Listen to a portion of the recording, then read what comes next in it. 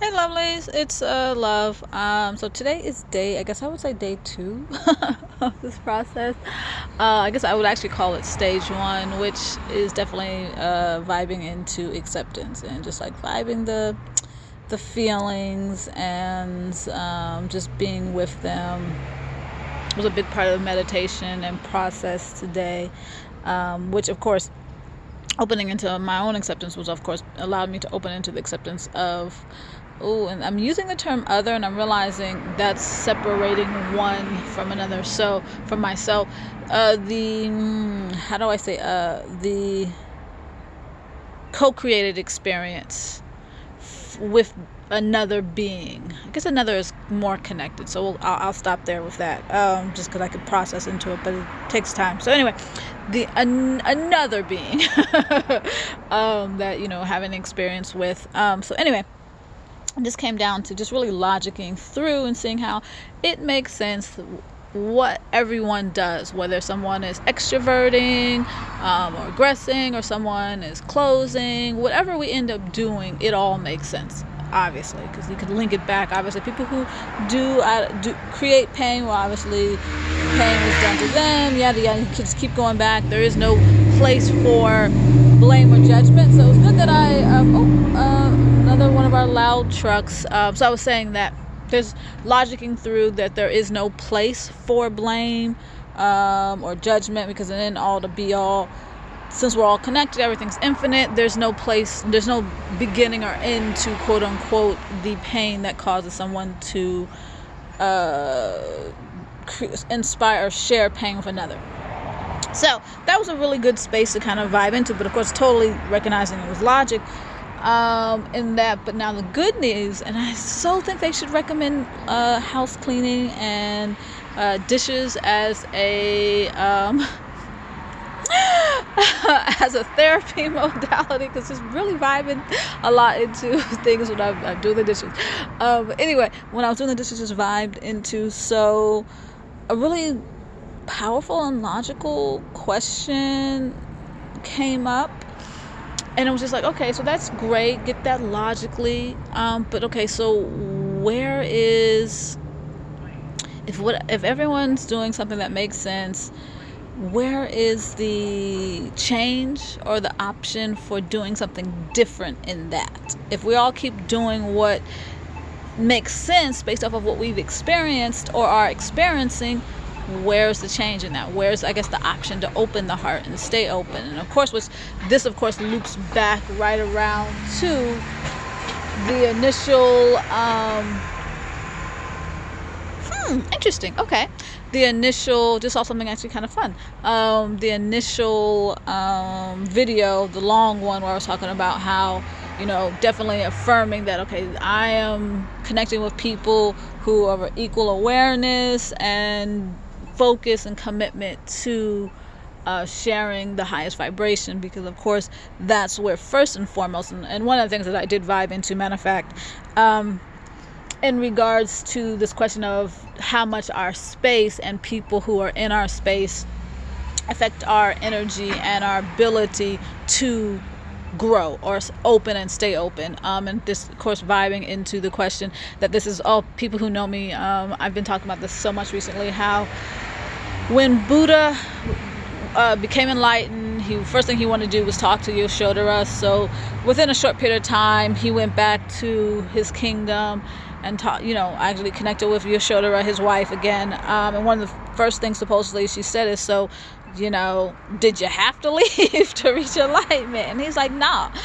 And part of me now wonders, was the answer 100% from a place of knowing, in a sense that he was speaking from a place of enlightenment?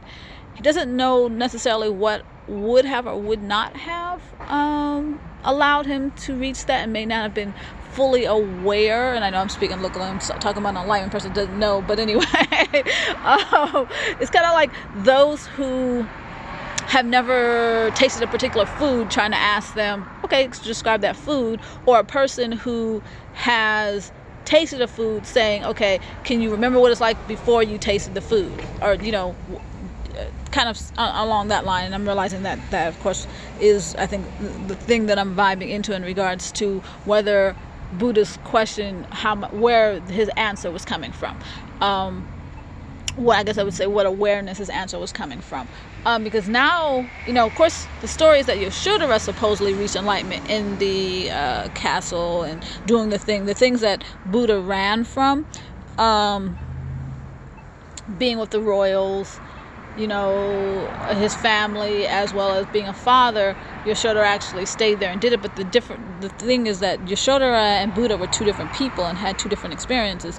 Buddha, of course, his mom died when he was very young. Yashodhara, from what I understand, that she didn't have that type of trauma in her early life experience. So who knows whether he would have or not. And so it's still kind of a question of how much our environment it nourishes and affects our ability to open and grow and things like that. So same thing also, you can see obviously with the question with Jesus, and I think obviously both of their imprints energetically, their chakras open, of course, affected what their enlightenment path was. But you can see that in the case of Jesus, his was quite more intense because he actually did stay in the same place and dealt with the same things, and which may be one reason that he had the type of enlightenment that he did. Also, Jesus did leave. It's like, so the question could be, okay, so you might be able to open up your heart and reach an enlightenment in the same space, but then are you going to end up leaving afterwards?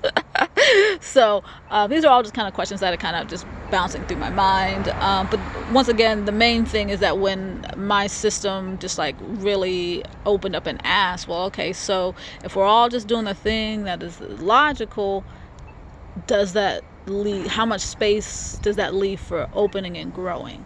And does it take, I guess they kind of, oftentimes society kind of, stories, movies, yada, show like someone steps beyond that thing in which they are accustomed to doing, and supposedly that's like the key.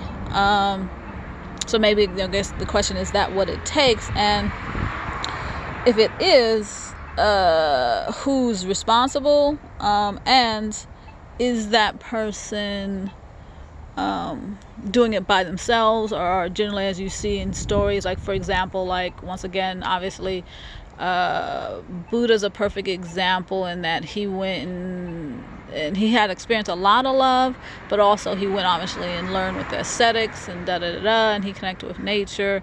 Also, Jesus obviously went and learned a lot from others, and even particularly